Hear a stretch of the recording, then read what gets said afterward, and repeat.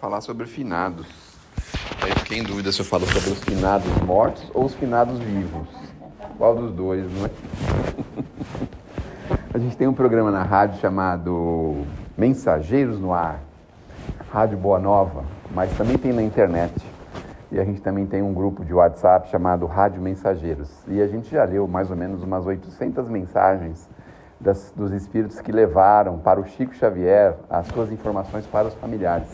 E por coincidência, hoje nós lemos a mensagem do filho da Nair Belo, o Manuel ou Mané. Manuel Mané era meio negativo, ele não estava muito contente com a vida, e a mãezinha ficou muito chateada, muito preocupada com isso, né? E passou dias difíceis até que ela esteve lá falando com o Chico, e o Chico acabou trazendo uma mensagem para ela.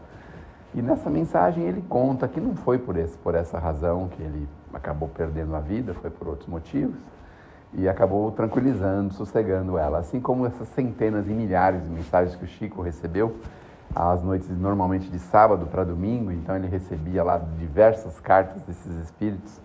Algumas pessoas tinham que ir até lá para poder pegar uma senha, para poder ver se conseguiam essa mensagem. E algumas pessoas eram abordadas na rua pedindo informações dos familiares. O Chico ficou famoso por isso quando ele esteve num programa chamado Pinga Fogo, na TV Tupi, na década de 70. E aí ele explodiu no Brasil e todo mundo quis lá conhecer o Chico, especialmente as pessoas que tinham esses entes familiares que tinham perdido, que tinham muito sentimento por eles, filhos, familiares. E o Chico acolhia todas as pessoas, acolhia muitas pessoas. Então tem histórias muito curiosas desses mortos-vivos, no dia de finados, que as pessoas estão aí relembrando, que estão aí saudosas, que estão aí pensando em seus entes queridos que já se foram. E que na maioria das vezes a gente esquece que eles, na verdade, não se foram, né? Eles estão muito próximos da gente, convivem com a gente com muita frequência, escutam os nossos pensamentos, veem as nossas ações e muitas vezes nos ajudam, inclusive materialmente. E alguns de nós fomos encaminhados para a casa religiosa, especialmente para a casa espírita, por conta deles. Eles conspiraram para isso, para ver se conseguem nos ajudar a encontrar novas diretrizes, novos caminhos. É a mesma história do rico, Lázaro rico e o Lázaro pobre. Se vocês se lembram no Evangelho, que o pobre vivia na porta do Lázaro rico, e aí ele desencarnou e o rico e pedia, né, para que ele viesse avisar os irmãos, para que os irmãos pudessem não cometer os mesmos erros que ele, não é? E, no entanto, o Lázaro pobre estava numa condição muito favorável. Então, eles querem vir nos avisar de que muitas vezes a gente está dando importância para coisas que nós não precisamos dar. Nós estamos excessivamente apegados a coisas que a gente não precisa ficar apegado. E nós estamos rodando em pensamentos fixos, em coisas que nós jamais precisaríamos ficar com esses pensamentos fixos na gente. Então eles vêm nos alertar, nos ajudar a encaminhar-nos para futuros mais grandiosos, para aproveitarmos mais e melhor a vida do que eles aproveitaram. Que maravilha deve ser quando a gente chega no mundo espiritual e reconhece os nossos erros, os nossos defeitos, as nossas mancadas, as nossas dificuldades, e a gente tem ainda a possibilidade de vir aqui e falar assim, não vai nesse caminho que eu fui, que não vai dar certo, não vai ser bom. É um trabalho difícil, porque a gente nunca está com os ouvidos atentos para isso, né? Normalmente a gente está pensando nas coisas materiais, estamos aí muito envolvidos, aí profundamente envolvidos nas coisas da terra. Então, o Chico recebia esses espíritos que vinham alertar e vinham consolar os seus familiares queridos, mostrando que a morte não existe. O que existe é a troca de corpo físico para o corpo espiritual e que nós já estamos vivendo uma parte da nossa vida imortal. Isso é interessante saber, porque as pessoas pensam que vai começar, né? Depois que desencarna que começa a vida imortal. Não, nós já começamos ela há muito tempo. E tem uma mocinha aqui. Quantos anos você tem, boneca? 9. Vai ficar escutando essas ladainhas aqui da gente? Tá? Tudo bem pra você? Eu posso contar outras histórias também, viu? Tem uma história muito... Pode ser, você está achando interessante? Tá, né? Então, acho que você veio de lá para ajudar aí. Quem é a sua mãe que está do seu lado aí? Oi? É você a mãezinha dela? Sou. É. Então veio sustentar a sua mãezinha, né? Veio ajudar ela, né? Você preferiu vir encarnada, né? Então, fez bem. 9 anos atrás, ela chegou aí. E aí, Eles vêm nos alertar, nos ajudar, e o Chico recebeu diversas mensagens nessa direção, nessa diretriz, que normalmente a gente tem dificuldade para escutar. Vocês já tentaram ajudar um filho, convencer um filho, orientar um filho, encaminhar um filho, falar alguma coisa para um filho que ele não quer escutar? Já tentaram fazer isso? Não é uma tarefa muito fácil, imagina os espíritos com a gente, né?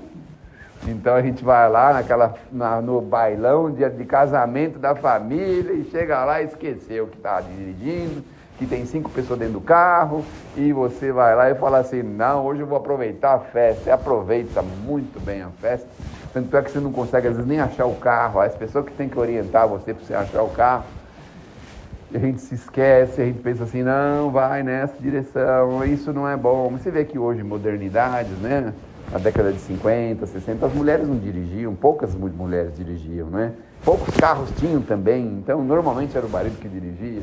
E aqueles carros muito bem seguros, né? Uns carros bons, assim, que tinham 2 portas. Se acontecesse alguma coisa, não dava nem para sair do carro, né? E eles vinham com aqueles carros, né? E alguns ainda se diziam assim que dirigiam melhor depois das festas, né? Não tem umas histórias assim? O pedreiro trabalha melhor depois que ele sai da festa, né? O pintor trabalha melhor, eles têm essa ilusão, né? Porque para de tremer, para não sei do que, tem umas coisas aí. E aí, como é difícil a gente, aqui na Terra, convencermos de que nós precisamos acertar os nossos alvos, as nossas diretrizes, corrigir os nossos passos. Ai, como isso é difícil. Imagine um ente querido, uma mãezinha nossa no mundo espiritual, aí ela chega lá, tem aquele momentinho de férias, não é? Férias merecidas lá de um tempo, 1 mês, 2 meses, 6 meses. Aí fala, estou bem agora, estou bem tranquila, deixa eu ver como é que estão a minha turma lá. Aí ela volta para cá e vai ver a nossa turma, a turma dela aqui.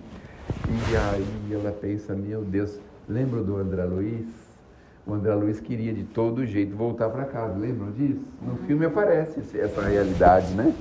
E ele queria, porque queria, ele falava, não, ainda não é hora, melhor não, né? E era melhor não mesmo, né? Porque mesmo depois de um tempo, quando ele foi lá e viu tudo que ele viu, aí ele ficou nervoso, quase que ele teve que voltar para o umbral por mais uns 10 ou 15 anos. Mas aí ele conseguiu, né? Em espírito a gente tem mais assim, lucidez, a gente pode se ajudar melhor. Ele conseguiu se levantar antes de deixar aquele sentimento forte e conseguiu até ajudar as pessoas que estavam ali ao redor dele, da família, e conseguiu superar essa fase. Mas é muito difícil. E isso é o que eles mais querem com a gente, encontrar formas de nos direcionar, de nos ajudar devido à experiência que eles já têm. Se é um ente que ama muito a gente, ele fica ligado a gente por muito tempo. Essas mensagens do Chico mostram isso. Então, por exemplo, o caso do Manuel, ele conseguia ver a mãezinha lá transtornada, chateada, entristecida, queria parar até de atuar na televisão, no teatro. Ele teve que lembrar um fato que aconteceu com ela, não é? Que ela recusou um papel lá e depois que ela não queria mais aceitar, achou até que já ia largar a carreira, tudo. Aí ele desencarnou, e quando ele desencarnou, o papel que ela recusou, e vieram oferecer de novo para ela. E aí o filhinho ajudou ela a aceitar aquele papel, e aí levantou ela de novo e colocou ela de novo nos eixos. Mas são casos assim, casos e mais casos. Nós temos o caso de uma família judaica que tem em São Paulo, não é? Estou tentando lembrar o nome aqui, se vê que não é bom falar o nome. Eles foram muito conhecidos, são muito conhecidos, são ortopedistas, muito conhecidos. Não sei se vocês sabem, agora me ocorreu um fato, né, interessante. Existe um problema muito sério com a ortopedia no mundo espiritual. Muito sério. Vocês sabem que o Arigó, ele fazia tudo quanto é cirurgia, mas não mexia com ortopedia de jeito nenhum. Tanto é que o filho dele, que tinha um problema grave de ortopédico, ele dizia que o Dr. Fritz não mexia com isso.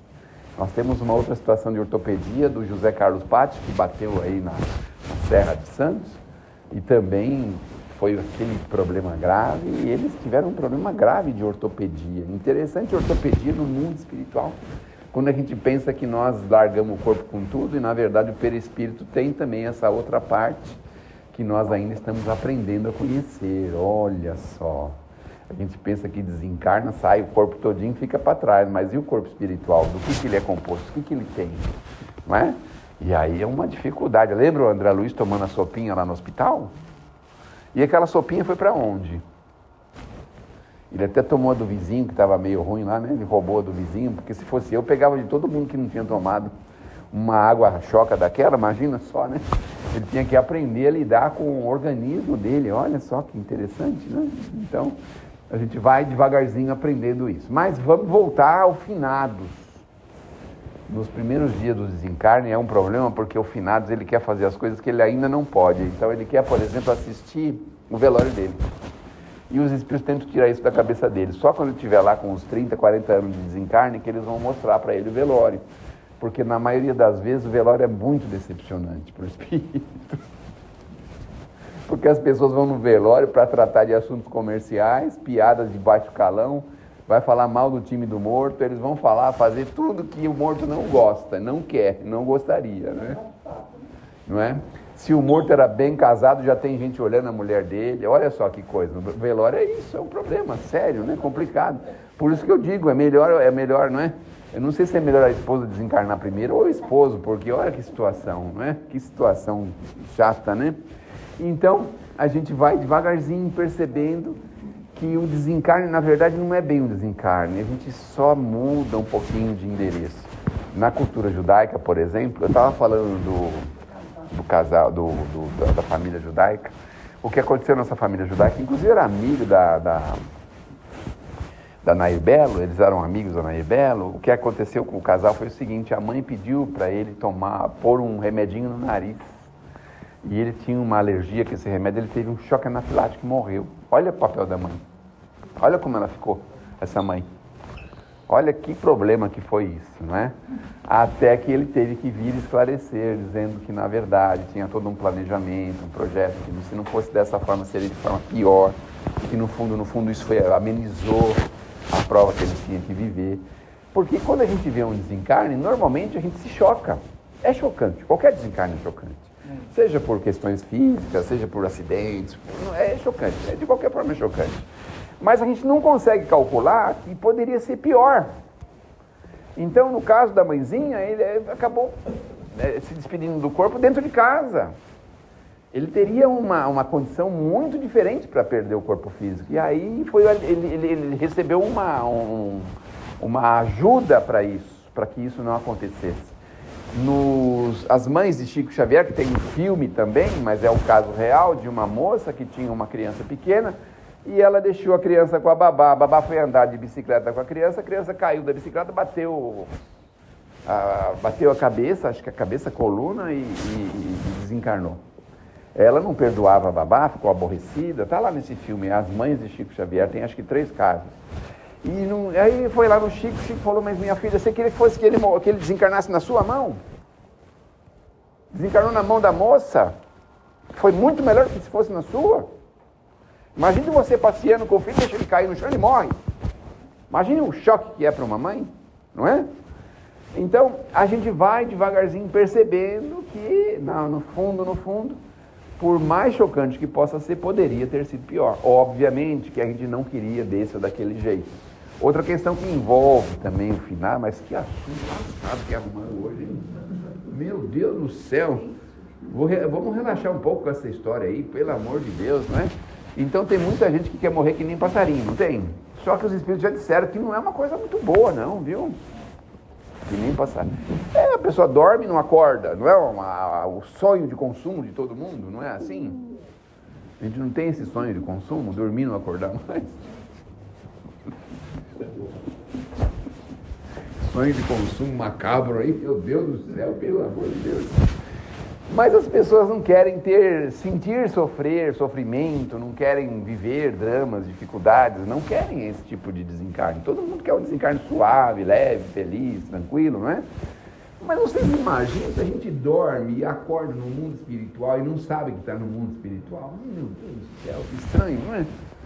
Aí você levanta da cama, você vai para um lado, para o outro, fala: muito cedo, acho que eu vou dormir de noite. Aí de repente tem uma pessoa lá dormindo no seu lado, lá, você fala: meu Deus do céu, tem uma pessoa dormindo aqui. Você nem vai perceber se a pessoa era você ou não era, você vai ver que tem um corpo dormindo ali na tua cama, meu Deus do céu. Que flagelo lascado.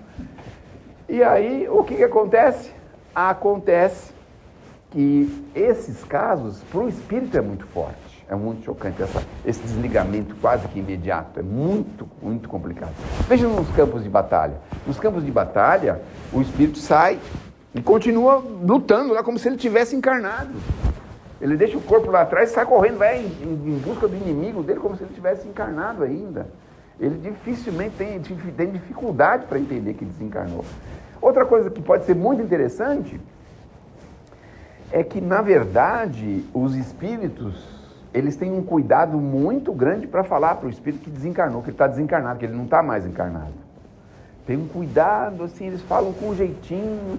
Normalmente eles induzem a pessoa a ela mesmo descobrir que ela está desencarnada. Então ele está lá no hospital, aí passa 1 ou 2 dias, 3 dias, 4 dias, fala, mas ninguém vem me visitar, meus parentes, ninguém, minha mãe, meu irmão, meu marido, minha esposa, ninguém vem me visitar. Ah, você não está podendo, porque pode contaminar, então a gente não está permitindo a visita de ninguém. Então eles vão enganando a pessoa, enrolando a pessoa desse jeito. Aí daqui a pouco vai um tio lá, como é que vai? Meu tio, tio, tudo bem? Poxa, cadê a turma? A turma não está podendo vir ainda e tal. Aí depois ele pensa assim, depois que o tio vai embora, fala, eu tenho a impressão que esse tio já morreu faz uns 20 anos atrás. Aí começa a cair a ficha para ele, que ele está desencarnado. Nos trabalhos espirituais, aí de obsessão, desobsessão, não é próprio falar para o agora você já não tem mais um corpo físico, você já morreu, você é um espírito. E não é bom falar isso para o espírito, ele muitas vezes leva um choque terrível. Então fala assim, não, mas por que você está atrás dele? Vai devagar, vai com calma e tal, né? A gente vai falando devagar, porque tem alguns que não sabem que desencarnaram. Ah, eu estou indo na minha casa, ninguém me escuta, ninguém quer falar comigo, eu estou aborrecido com isso, fico só largado lá no sofá, ninguém vem nem falar comigo. É um desrespeito, sou pai de família, sou mãe de família, e aí tem que ir com muito jeitinho, com muita calma falar com esses espíritos. Então, essa é uma outra curiosidade também do desencarne, né? Eu falei de assistir o velório, uma coisa real. Alguns velórios, a maioria deles são filmados no mundo espiritual e depois eles passam. A pessoa quer ver como é que foi os momentos deles, quem foi se despedir, quem não foi, como é que foi, essas coisas. Quando ele já está preparado, eles mostram. Quando o espírito já tem condição, ele vai pessoalmente, ele vai lá pessoalmente, ouvir a prece feita. Quando é um velório, digamos assim, respeitoso, de um grupo de pessoas que sabe o que está realmente acontecendo, porque muitos dos velórios, as pessoas não têm noção do que está acontecendo ali. Nem sabem, perdeu o corpo, está ali, deitado ali, mas não tem noção. Alguns vão se alcoolizar, se alcoolizam para ir, ou outros ficam com conversas assim de baixo, coisas assim, falando coisas infelizes do morto, uns para os outros. Não tem noção do que está acontecendo ali, não é? Então, nos casos onde o velório tem dignidade, onde as pessoas têm o respeito, sabem o que está acontecendo, para a gente saber como é que aconteceu um velório interessante, só a gente lê aquele livrinho Voltei, do irmão Jacó. O irmão Jacó, ele desencarnou, e aí ele acompanhou tudo como foi o enterro dele, acompanhou a caravana lá que levou ele para o cemitério, acompanhou todos os detalhes do desencarne dele. É muito interessante para ver a visão dele. Ele vê também, olha que coisa interessante. Agora todo mundo vai ficar com medo, né? Ele vê também os espíritos que estão participando. Então vamos imaginar, não é? Imagine que a gente procurou a desobsessão a vida inteirinha, sempre foi meio fora do ar aí e tal. Quando desencarna, os companheiros estão tudo junto lá. Tem uns assim muito felizes que a gente desencarnou, outros falando que conseguiram, graças a Deus agora a gente vai pegar ele na curva. Tem também esse detalhe, o irmão Jacó fala sobre isso no livro. Ele fala sobre isso, ele visita alguns lugares ao redor do velório dele, ele vê as pessoas que estão ligadas nele, com sentimentos, vê as pessoas desligadas sentimentalmente dele, vê os filhos, a condição dos filhos de cada um, pensando nas coisas materiais. Bom, agora vamos ter que dividir, né? Vamos pegar a casa Edson, vamos dividir no meio, que não vamos, não sei quem é que vai ficar com a loja do Rio de Janeiro, de São Paulo, quem é que vai ficar? Então, o espírito veja que coisa que é. Já pensaram a gente participar de um velório e as pessoas estão partilhando as nossas coisas, né? Nós estamos ali ainda, nem saímos dali, estamos ali, e aí estão partilhando as nossas coisas, né? O Del Rey ele já vendeu, então graças a Deus não tem mais. Agora vamos ver o outro, né? Vamos ver o que a gente pode servir dele, né? Roupa também não, porque tem meia dúzia de roupa. O paletozinho dele vai sozinho fazer palestra, então a gente vai ver o que vai ficar com dele, né? Então, imaginem aquele sentimento. A gente, graças a Deus, tem uma vida mediana, simples, nós não temos patrimônio, mas imaginem as pessoas que têm muito patrimônio, fica ali aquela coisa, né? Aqueles pensamentos, um olhando para o outro, né? Às vezes é casado a segunda vez, tem filho do primeiro casamento, tem filho do segundo, de repente aparece filho que ninguém conhecia, sabe essas confusão assim, né? E aí fica aquela coisa mental, aquela coisa, sabe, aquela coisa difícil, complicada. Esses dias eu estava assistindo com a minha esposa uma novela que está reprisando, e aí teve um desencarne lá, tinha uma senhora que estava sepultando uma mãe, eu não sei por que ela ficou tão nervosa, que começou a xingar todo mundo, vocês são tudo hipócritas, são não sei o quê. Eu fui que pensei, meu Deus do céu, o pessoal veio no velório da mãe, a mulher está expulsando todo mundo daqui, né? E aí veio uma médium e falou para ela, ninguém gostaria de estar no lugar que ela está. Eu falei, misericórdia, saber os negócios desse já encarnado é duro, né? Não vou assistir mais isso não, Deus me livre, né? Bom, então a gente vê que na doutrina espírita nós temos muitos esclarecimentos. Agora, a gente vai, vamos lá no desencarne de Jesus, no sepultamento de Jesus. Veja só, olha só. Não é? A gente colocou ele na cruz lá e ficamos esperando ele morrer na cruz. Virou um espetáculo público aquilo, uma coisa horrorosa, né? Uma coisa terrível. E aí a gente vê, foi encaminhado, aí obviamente alguém deu um sepultamento digno para ele, né? José de Arimateia levou ele lá para um túmulo, aqueles túmulos que da época eram diferenciados, eles tinham aquelas pedras, aquelas coisas, tinha aquela coisa de dar o banho no corpo, né? Limpar o corpo, enrolar num lençol, isso até hoje é feito, né? Na cultura judaica, até hoje isso é feito. Ele não vai embora com a roupa do corpo, eles lavam o corpo do falecido e envolvem ele num lençol, acho que um lençol branco, tudo, né? Então, tem ainda esses rituais. E tem também o ritual daqueles que se desencarnam por vontade própria, por suicídio, eles não podem estar junto no cemitério, junto com os outros. Eles são colocados à parte e são sepultados de pé. É diferente, né? O sistema é bem diferente. Então, cada cultura, a cultura, por exemplo, dos indianos, que eles levam as pessoas, jogam lá no Rio Ganges com um barco em chamas, incendiado em chamas, né? Uma cremação assim, feita no Rio Ganges. A gente vê cada tipo de cultura diferente umas das outras, com relação ao desencarne na cultura japonesa, por exemplo. A gente vê que eles têm uma espécie de uma festa, né? Quando tem um desencarne, né? Eles fazem, assim, oferenda. É comida. Aí você vai lá, é muito bom de ir no desencarne de japonês, porque eles oferecem um almoço lá, um negócio maravilhoso, né? Já é um outro entendimento, né? Sobre a morte, sobre a vida espiritual, né? E nós, espíritas, nós temos mais ou menos a tradição cristã, católica, mais ou menos católica, tem lá o velório, a gente fica ali algumas horinhas, e reúne as pessoas, a maioria de nós ficamos em torno do desencarnado, fazemos uma prece. A esse respeito a gente tem o desencarne do Dimas, até na internet tem um filminho de 5 minutos, mostrando como que os espíritos operam o desencarne na gente. Eles vão tirando laço a laço, pedaço a pedaço, do perispírito, né? Os elos, eles vão desligando. E aí tem o elo mais forte, que é o ligado à cabeça, que esse é o elo final, né? E esse elo é o mais difícil de ser rompido. Então tem lá o desencarne de Dimas também, que esclarece muito como é feito o desencarne. A maioria dos relatos que a gente tem com relação ao desencarne é que a gente pode ver uma dor. Nós temos um programa na rádio de um menino que fazia faculdade em São Paulo, e o pai, se não me engano, era do estado de Goiás.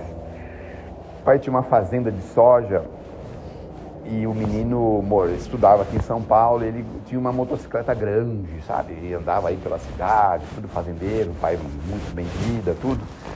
E aí foi o aniversário dele, a mãe pediu para ele ir lá para a fazenda, para eles comemorarem o aniversário e tal. Aí a mãe falou assim, pelo amor de Deus, mas não venha com essa moto. Se você quiser a moto, você põe no caminhão e vem a moto no caminhão e descarrega você aqui. E ele fez isso, ele atendeu a mãe, obediente, fez isso. A moto foi no caminhão, ele foi de caminhão e pronto. Aí, quando chegou na cidade, precisava fazer alguns preparativos e tal, ele resolveu ir fazer as compras. A mãe pediu para ele fazer algumas compras de alguma coisa de preparativo. Ele estava parado num sinal e aí daqui a pouco veio um caminhão enorme, antigo, desembestado, que não perdeu o freio, ele estava parado no sinal e daqui a pouco o caminhão atropelou o carrinho dele e passou por cima do carro.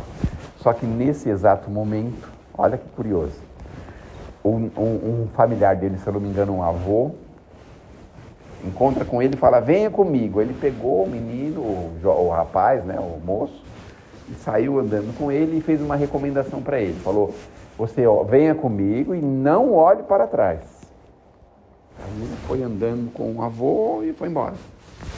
E enquanto isso, o carro lá pegou fogo, explodiu, foi um problema. O corpinho dele, nesses casos de incêndio, ele sai toda a parte líquida do corpo, então o corpo fica pequeno, né? Fica bem pequenininho. Foi um negócio muito forte, muito chocante.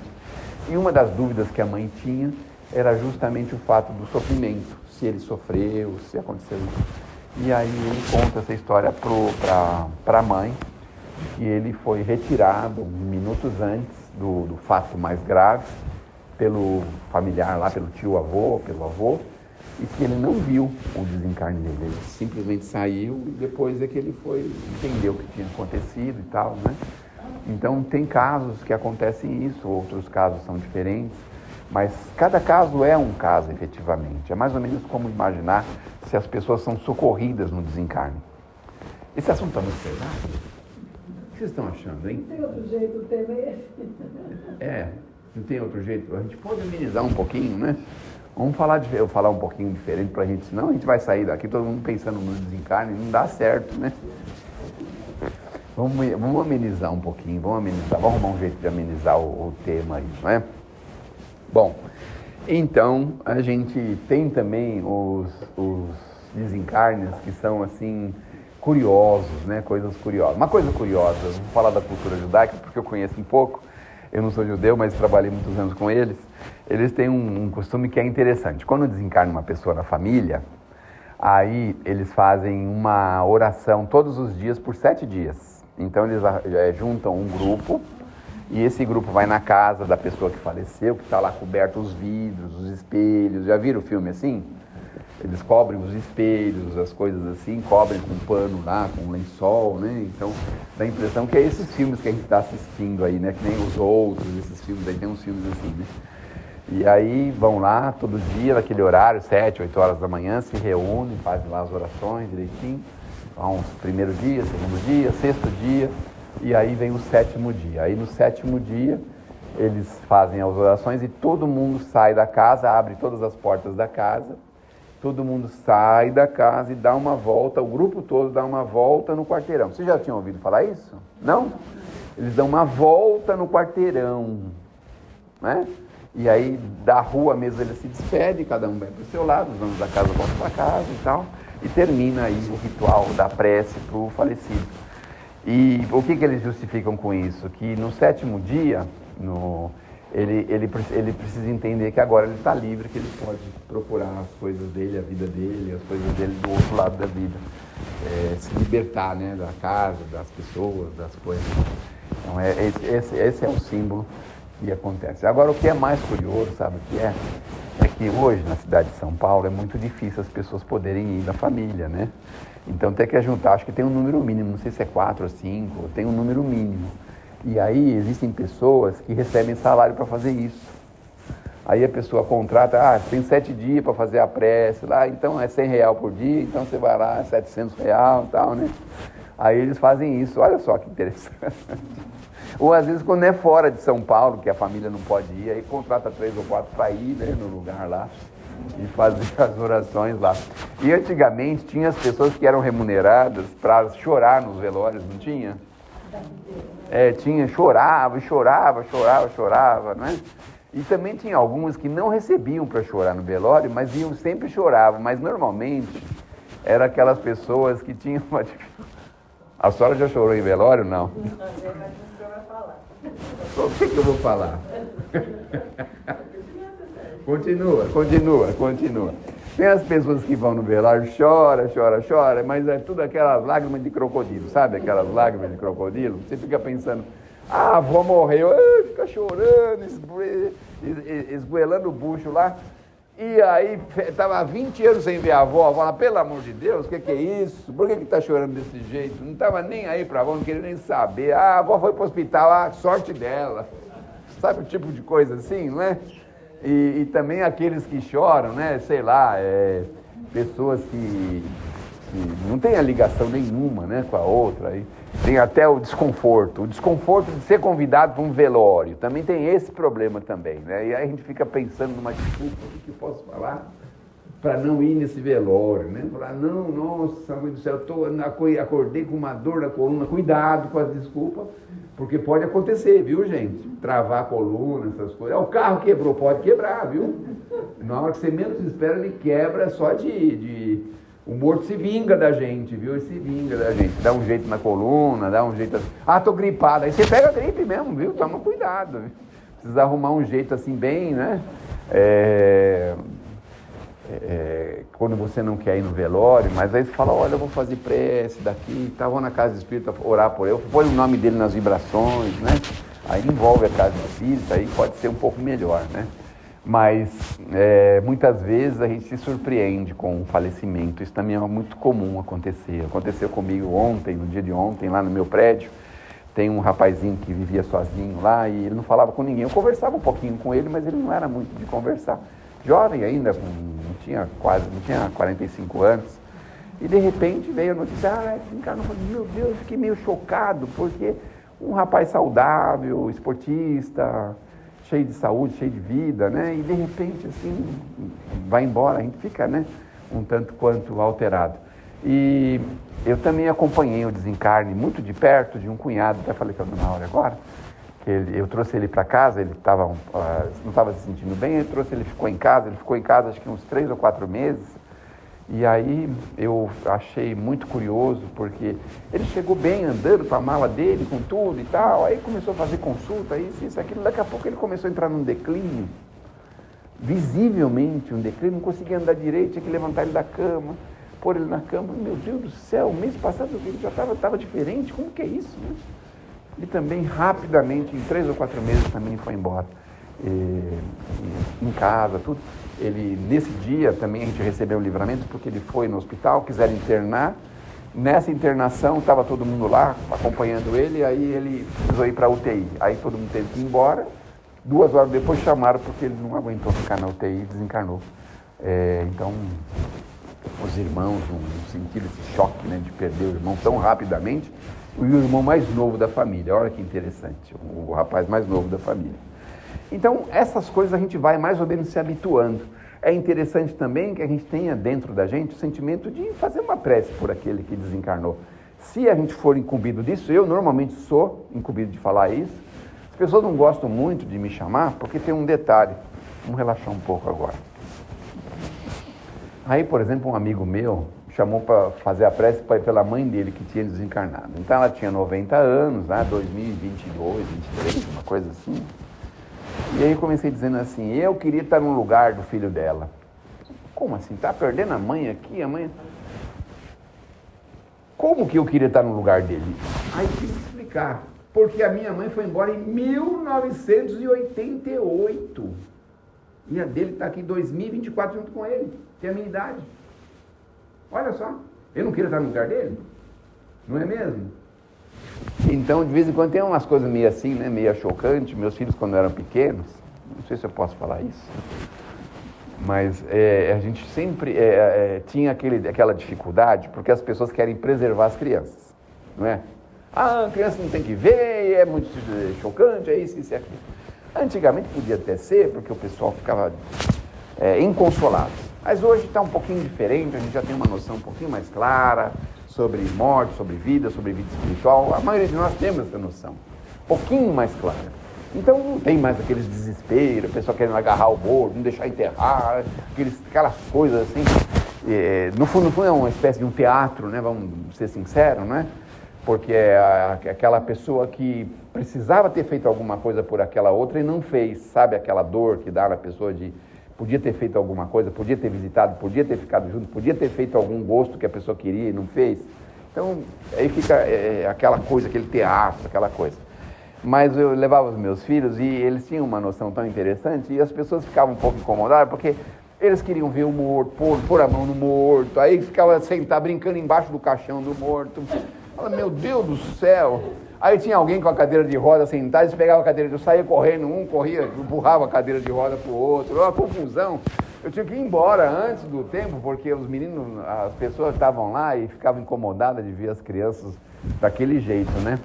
Mas a gente nunca pensou nessa espécie de preservação, porque é importante a gente ter noção da vida e da morte. No meu entendimento é assim, se a gente fica preservando, colocando os nossos filhinhos numa bolha, quando eles precisarem enfrentar uma situação mais difícil, eles não vão ter equilíbrio para isso, é muito complicado. Então, eles já tomaram consciência, tudo, inclusive, só para a gente encerrar agora, também não sei se devia falar isso, mas só para a gente encerrar, para não ficar uma coisa muito forte, né?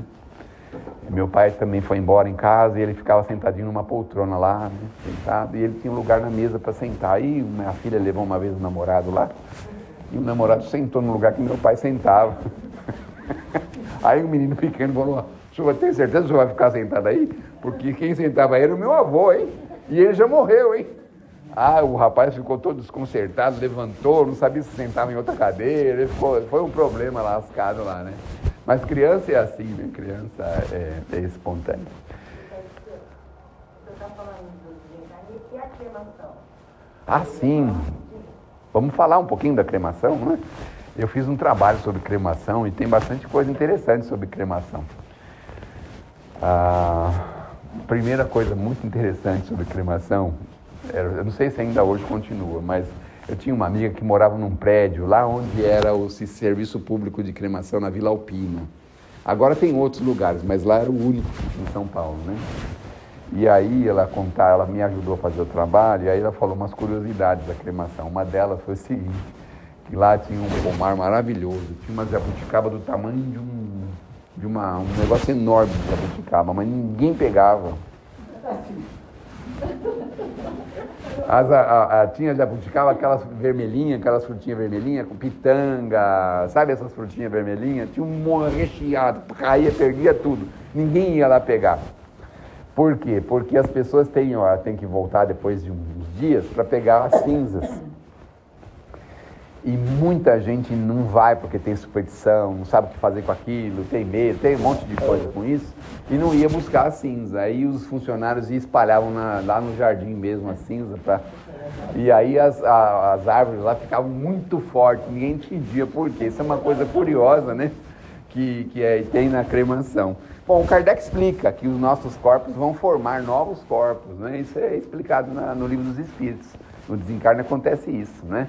Tanto é que é impossível ter aquele julgamento final, porque como é que vai levantar as pessoas do túmulo e trazer todo mundo decomposto? Não é possível, isso é impossível. Mas enfim, essa é uma das curiosidades que nós temos. Você acha que o tempo que eles pedem para queimar, que você entrega e eles esperam 2 dias, né? É obrigatório, isso é uma recomendação, inclusive do Emmanuel, são 72 horas. Estão desligados mesmo? Mas eles demoram muito mais para cremar. Mais do que uma semana. Hoje em dia leva mais de mês para cremar. Tanto é que para buscar as cinzas estão demorando bastante para devolver. E é preciso, porque os espíritos sofrem, quem não tem entendimento sofre muito. Foi feita uma revelação espiritual dizendo que os corredores do crematório estavam cheios de espíritos em sofrimento, gemendo lá. Porque é assim, não tem entendimento, não sabe o que está acontecendo. E alguns sentem, não é? Porque dependendo como foi o desencarne, quando a pessoa não tem conhecimento nenhum, pega um suicida e leva para a cremação, é um horror para o suicida, né? Porque ele sente a decomposição, sente a cremação, inclusive. Então, o Emmanuel fala de 72 horas, se eu não me engano, mas hoje é obrigatório esse prazo mínimo, mas hoje eles demoram um pouco mais pelo volume de cremações que existem. Alguns fazem a cremação para se livrar do corpo, não ter que comprar jazigo, não ter que visitar em dia de finados. Querem se livrar daquele ser lá, daquele ente querido ou não sei. Mas eu me lembro que eu fiz a cremação dos ossos do meu pai e da minha mãe, eu levei pessoalmente. Também é um show de horror. Eu vou evitar de falar isso aqui, mas eu peguei tudo, pus no meu carro, levei. O povo falava, meu Deus do céu, mas o que tem, não é? Mas enfim, levei, fiz a cremação e aí fui buscar as cinzas. Aí eu comprei um vidrinho lá na 25 de março, 2 vidrinhos assim, coloquei um pouquinho de cinzas e pus a fotinho dele, as coisas, e pus em casa lá na estante, eu tenho na estante. Meu pai é um pedacinho do meu pai e um pedacinho da minha mãe, né? E aí, por curiosidade, olha que interessante, estavam todos os meus filhos e os meus netos no dia que eu estava com as cinzas lá. E aí, eu peguei todos eles e a gente foi nos jardins lá dos meus prédios e jogamos as cinzas em todo o jardim lá. Então, em tese, né, as cinzas dos meus pais estão lá perto de onde eu moro. E tem um pouquinho no vidrinho lá. Que as crianças de vez em quando aprontam, né? Quando vai alguém lá muito medroso, assim, eles pegam o vidrinho e falam, sabe quem está aqui? É meu avô.